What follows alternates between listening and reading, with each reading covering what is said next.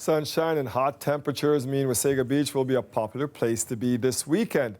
But high water levels this summer are resulting in less beachfront. And as Philip Lee-Shanok reports, businesses in the resort town are worried that could erode their bottom line. For these beachgoers, it's tight quarters, as many had to plan ahead to claim a patch of sand. We got here early, we got a little space. We're fine, like it's nice, but yeah, for sure we noticed there's a lot more water than usual.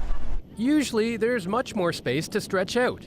This year there's much less sandy real estate to go around, and many were surprised that the beach strip is so narrow. There's not enough space for everyone to be sitting around here. Like, I feel like the water is very high up and it's much closer this year.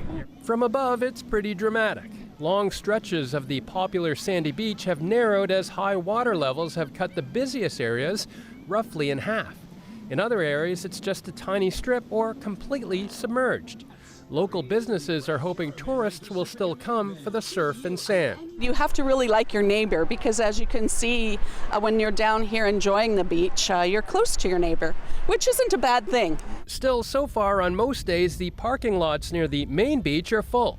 Still, businesses that rent out accommodations are worried. It's the overnighters that aren't necessarily staying in the accommodation in Wasaga Beach. There are parts of this beach that are completely washed away. People who have been coming here for decades say they haven't seen the water this high for quite some time. Way back in about 15 years ago. Spiro Mavro and his family have been coming here for 30 years. He says in the late 80s, the water was even higher. The water was coming up and it was actually hitting our building. It was right up. You couldn't even walk the beach. He says after that year, many considered building retaining walls to protect their properties, but then water levels dropped dramatically in the years that followed.